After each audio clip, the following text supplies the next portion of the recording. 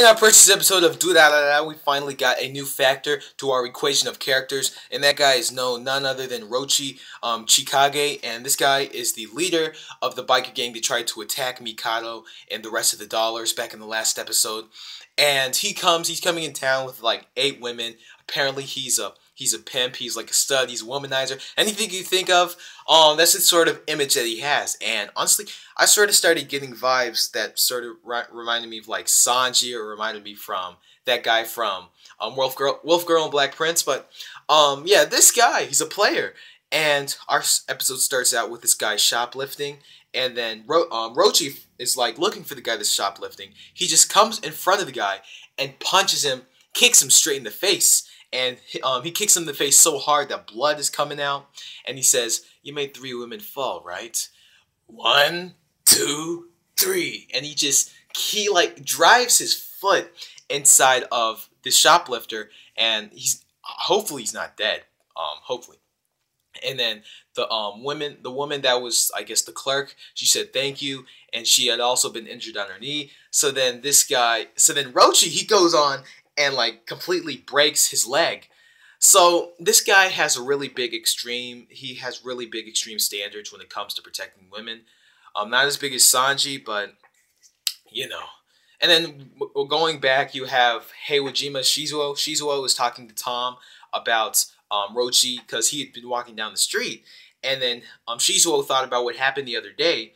ROCCHI came and tried to pick a fight with him. He's going like, I heard you send my guys to the hospital, right? You know what? I'm about to fight you. And then ROCCHI he interrupts what Shizuo had to say and punches him straight in the face. And Shizuo, he's the strongest man in the Kubikodo, so he's just gonna go like, as I was saying, I'm gonna tell you one thing. Go to sleep. And he punches him straight. it has to hurt. It has to hurt. When you get a punch straight up from Shizuo, it's gonna hurt. But then he also takes ROCCHI. Shizuo takes ROCCHI to Shinra's place because he got the mess knocked out of him.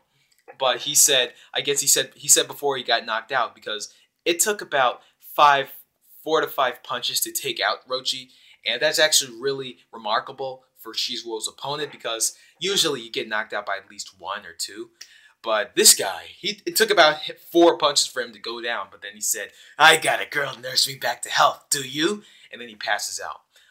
Shizuo talks to Tom about that, and Tom, even though Shizuo serves as his bodyguard, they're both good friends. And Tom is gonna go. You'll find a good girl one day, because you know how Shizuo's brother is Hawajima, who's a model. So it all goes together.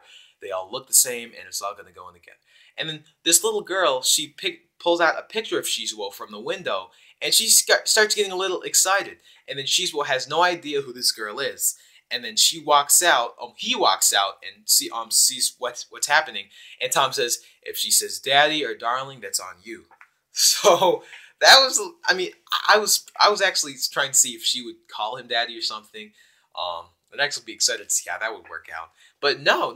Instead of that, she didn't say daddy or darling. She said die, the 3rd D word. And she pulls out a taser and pulses him with the taser, and it actually hurts him. So number one, those are one of the things that can hurt Shizuo: a taser or just hitting him in the neck. So that's good. That's good to know. And then it hurts him, but it's like a pinch or something. And then she gets knocked down because she failed.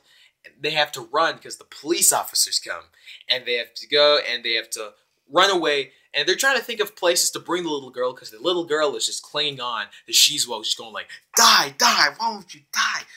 And it's the cutest thing. She looks so innocent at first, but then she just starts to killing Shizuo. And I'm like, well, if in this case, if she were to call him daddy, I could see the resemblance. Both are complete crazy, like psychopaths or sociopaths. And this is basically how this episode ends out. This also, Celty may be getting an opponent biker soon, because this opponent biker apparently can use strings. And when at the end of the episode they started racing, but then the girl used the strings and knocked off Celty's helmet, and Celty fell down for a minute. I don't know why, because the helmet just fell off. I don't know how that scenario is gonna work out, but we will find out in the next episode. And that's it for me today. Thank you guys so much for stopping by. If you guys like my review, be sure to subscribe if you're new, and be sure to hit that like button like it stole something. And until we meet again, see ya.